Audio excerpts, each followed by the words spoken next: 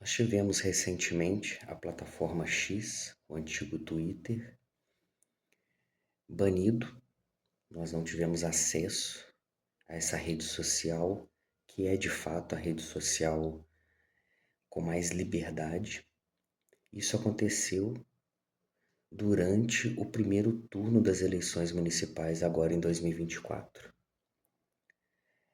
E agora, recentemente, nas últimas horas, tivemos o X retomado as suas atividades normais, supostamente normais, porque sabemos que a qualquer momento ela pode cair.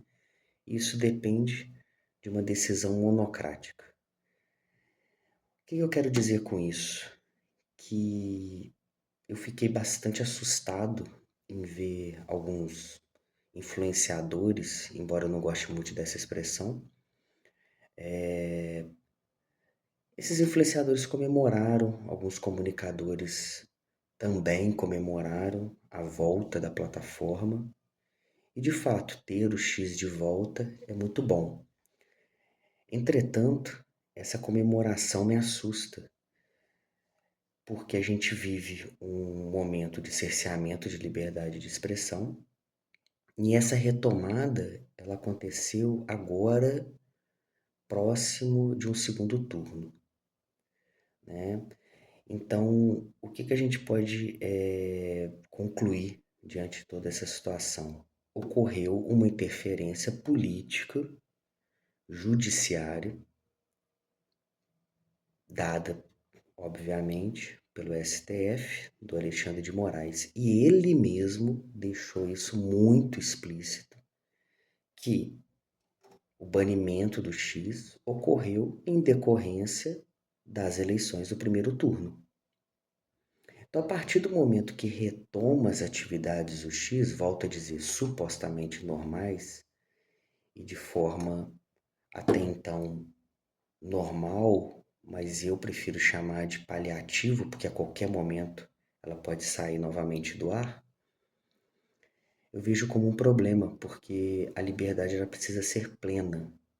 Então, quando eu vejo algumas pessoas, das quais inclusive eu admiro muito, muitas delas eu utilizo como referências, as acompanho pelas redes sociais ou pelas suas obras literárias e etc., comemorando a retomada, a minha preocupação, volto a dizer, é porque essas pessoas estão comemorando uma liberdade momentânea. Essa liberdade está sendo emprestada, enquanto ela deveria ser plena desde o começo. Então nós temos duas situações aqui muito emblemáticas.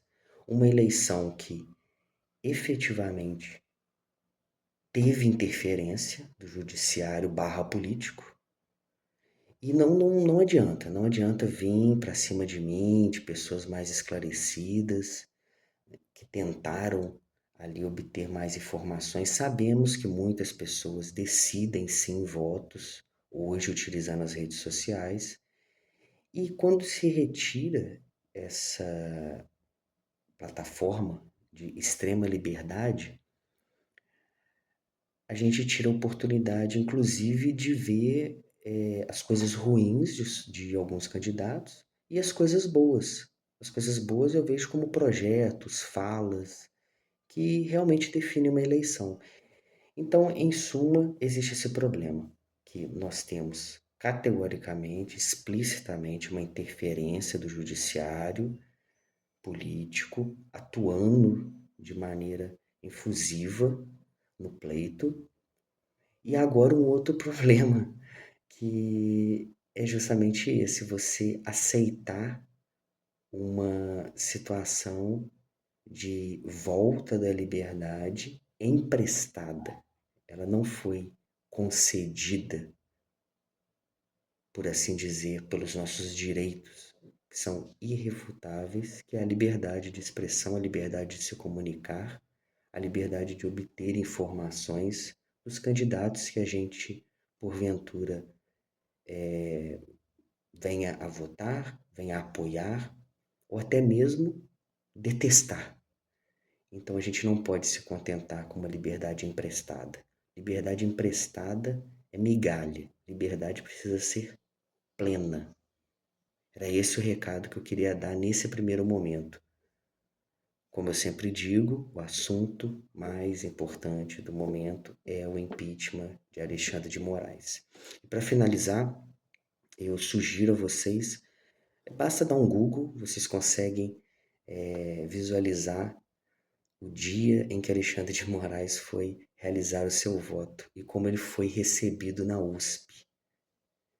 Faça uma pequena análise de como ele foi recebido, como essa instituição, que foi vista durante muitos anos como uma instituição que preza pela liberdade, que lutou pela liberdade, e como esses militantes ali presentes trataram Alexandre de Moraes.